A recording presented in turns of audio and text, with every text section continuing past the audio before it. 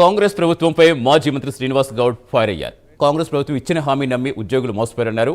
ఒక్కడియే ఇచ్చి 3 ఏళ్లు గడిపారని ధ్వజమెత్తారు. రిటైర్డ్ బెనిఫిట్స్, హెల్త్ కార్డ్స్ లేక రిటైర్డ్ ఉద్యోగులు ఆందోళనలో ఉన్నారని తెలిపారు.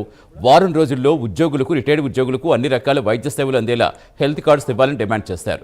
వైద్యం అందక ఉద్యోగులు మరణిస్తే అందుకు ప్రభుత్వమే బాధ్యత వహించాలని హెచ్చరించారు. వెంటనే విడతల వారి కాకుండా 2 నెలల్లో రిటైర్డ్ ఉద్యోగులకు అందరూ చెల్లించాలి. కాంట్రాక్ట్ ఉద్యోగులు కూడా ఎవ్రీ మంత్ ప్రభుత్వ ఉద్యోగులకు సమానంగా వాళ్ళు పనిచేస్తారు కనుక కాంట్రాక్ట్ ఉద్యోగులకు కూడా వెంటనే ఎవ్రీ మంత్ ఇవ్వాలి. ఫస్ట్ ఆఫ్ ఆల్ ఇమ్మీడియట్గా హెల్త్ కార్డ్స్. అసలు హాస్పిటల్స్లో మీటింగే పెట్టలేదు. ఎన్ఐబిహెచ్ పెద్ద పెద్ద హాస్పిటల్స్ వల్ల మీటింగ్ పెట్టలేదు.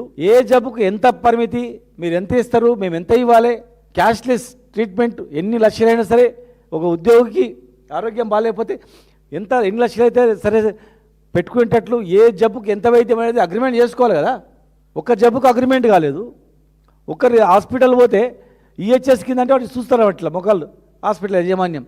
అది ఎప్పుడు వస్తుంది, నువ్వు ఎప్పుడు పోతావా, నువ్వు కట్టు ట్రీట్మెంట్ చేస్తాం లేకపోతే లేదు అనే పరిస్థితి ఉందన్నమాట. నమ్మకం లేదు. మీరు చూస్తారు కదా, ఇప్పుడు ఎవరైనా మేము మాట్లాడగానే ఎవరితో మాట్లాడించి దాన్ని బుడిలో చేయాలని చూస్తారు. కానీ ఇలా చెప్తారు కింద కాంట్రాక్ట్ ఉద్యోగులు, రిటైర్డ్ ఉద్యోగులు అన్న మీరు రాండి పిలిపిని 1,00,000 మంది వస్తామని చెప్తున్నారు. ఆఫీసర్లు ఎవరో వాళ్ళ సంగతి చూస్తామని చెప్తున్నారు.